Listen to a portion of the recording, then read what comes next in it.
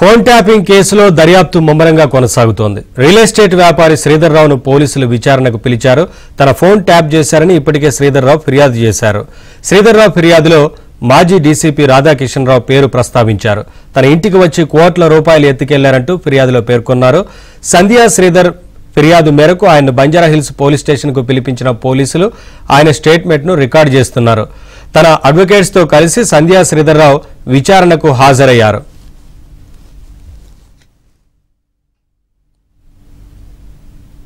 Updates మా correspondent శశిని అడిగి తెలుసుకుందాం. శశి, ఫోన్ ట్యాపింగ్ కేసులో తిరుపతన్న భుజంగరావులను మూడో రోజు కస్టడీలో భాగంగా పోలీసులు విచారిస్తున్నారు. ఈ క్రమంలో ఎవరెవరు ఫోన్లు ట్యాపింగ్ కు పాల్పడ్డారన్న అంశాల గురించి లోతుగా దర్యాప్తు చేస్తున్నారు. ఇప్పటికే పలువురు రియల్ ఎస్టేట్ వ్యాపారులతో పాటు ప్రైవేట్ వ్యక్తులకు సంబంధించినటువంటి ఫోన్లు కూడా ట్యాపింగ్ చేసినట్టు వీరంతా కూడా స్టేట్మెంట్ ఇచ్చారు. కాబట్టి అయితే ఎవరెవరు ఫోన్లు ట్యాప్ చేశారన్న అంశాల గురించి కూడా పూర్తి స్థాయిలో ఇటు దర్యాప్తు బృందం ఆధారాలు సేకరిస్తుంది, వివరాలు కూడా సేకరిస్తూ ఉంది. ఇప్పటికే ప్రైవేట్ వ్యక్తులకు సంబంధించినటువంటి ఫోన్లు ట్యాప్ చేయడానికి సిటీ శివారు ప్రాంతాలలో ప్రత్యేకంగా వార్ రూమ్లను ఏర్పాటు చేసినట్టుగా తెలుస్తుంది. అలాగే నగరంలో కూడా వార్ రూమ్లను ఏర్పాటు చేసుకుని ఇటు పొలిటికల్ లీడర్లకు సంబంధించినటువంటి ఫోన్లు ట్యాప్ చేస్తున్నాయి. అందుకు సమాంతరంగా కొంతమంది ప్రైవేట్ వ్యక్తులు, హవాలా వ్యాపారులు, రియల్టర్లకు సంబంధించినటువంటి ఫోన్లు ట్యాప్ చేసి వారి నుంచి పెద్ద మొత్తంలో డబ్బులు వసూలు చేశారన్నటువంటి అభియోగాలు ఉన్నాయి. కాబట్టి అందుకు అనుగుణంగానే పోలీసుల దర్యాప్తు కొనసాగుతుంది. మరోవైపు ఎవరెవరు ఫోన్లు ట్యాప్ చేశారన్న అంశాల గురించి కూడా వివరాలు రాబడుతున్నారు. ఇదంతా ఒక అంశం అయితే, గతంలోనే తన ఫోన్ ట్యాప్ చేసి తన నుంచి కోట్లాది రూపాయలు వసూలు చేశారంటూ కూడా సంధ్యా కన్వెన్షన్ ఎండీ శ్రీధర్ రావు ఇటు పంజాగుట్ట పోలీసులకు కంప్లైంట్ చేశారు. అందులో భాగంగా మాజీ టాస్క్ ఫోర్స్ డీసీపీగా వ్యవహరించినటువంటి రాధాకిషన్ రావు పేరుతో పాటు అలాగే అడిషనల్ ఎస్పీగా ఉండేటటువంటి భుజంగరావు పేరును కూడా అందులో ప్రస్తావించారు. ప్రధానంగా భుజంగరావుకు సంబంధించినటువంటి అంశాలను ఆయన సంధ్యా శ్రీధర్ ప్రత్యేకంగా ప్రస్తావించారు. అయితే భుజంగరావు తన కార్యాలయానికి పిలిపించి తనకు సంబంధించినటువంటి దందాలకు సహకరించాలంటూ కూడా కోరాడు.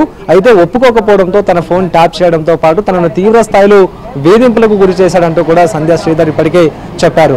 మరోవైపు తన ఫోన్ ట్యాప్ చేయడంతో పాటు తన వ్యక్తిగత అంశాలు, తర్వాత తన కార్యాలయాలకు సంబంధించినటువంటి అంశాలతో పాటు తాను ఎవరెవరితో మాట్లాడుతున్నాను, తన ఆర్థిక పరమైనటువంటి అంశాలకు సంబంధించినటువంటి అన్ని వివరాలను తెలుసుకోవడంతో పాటు తన ఇంట్లో పెద్ద ఎత్తున నగదు తీసుకెళ్లారంటూ కూడా ఇప్పటికే తన ఫిర్యాదులో కూడా పేర్కొన్నారు. సో ప్రస్తుతం ఈ ఫోన్ ట్యాపింగ్ అంశం గురించి దర్యాప్తు కొనసాగుతోంది. కాబట్టి ఇదే సందర్భంలో ఇక బంజారాహిల్స్ పోలీస్ స్టేషన్ లో ఈ అంశం గురించి దర్యాప్తు కొనసాగుతున్నటువంటి సందర్భంలో తన వద్ద ఉన్నటువంటి ఆధారాలు ఇవ్వడానికి తాను కొద్దిసేపటి క్రితమే పోలీస్ స్టేషన్ కు వచ్చారు. సుమారుగా 2 గంటల పాటు కూడా దర్యాప్తు బృందానికి తన వద్ద ఉండేటటువంటి ఆధారాలన్నింటినీ కూడా సమర్పించడం కూడా జరిగింది. ప్రత్యేకంగా భుజంగరావు తనను తీవ్ర స్థాయిలో వేధించారు. అయితే వారికి సంబంధించినటువంటి దందాలకు సహకరించకపోవడంతోనే తన మీద కక్షగట్టి ఫోన్ ట్యాపింగ్ పాల్పడంతో పాటు తన వద్ద ఉన్నటువంటి కోట్లాది రూపాయలను కూడా తీసుకెళ్లినట్టుగా ఆయన చెప్తున్నారు. సో ఈ అన్ని అంశాల మీద కూడా పోలీసులు ప్రస్తుతం విచారణ కొనసాగిస్తూ ఉన్నారు. ఇక తిరుపతన్న భుజంగరావుకు సంబంధించినటువంటి ఫోన్ను కూడా ఇప్పటికే సీజ్ చేశారు. కాబట్టి అందులో ఉండేటటువంటి డేటాను కూడా ఇప్పటికే రిట్రీవ్ చేసేటటువంటి ప్రయత్నం చేస్తున్నారు. ప్రధానంగా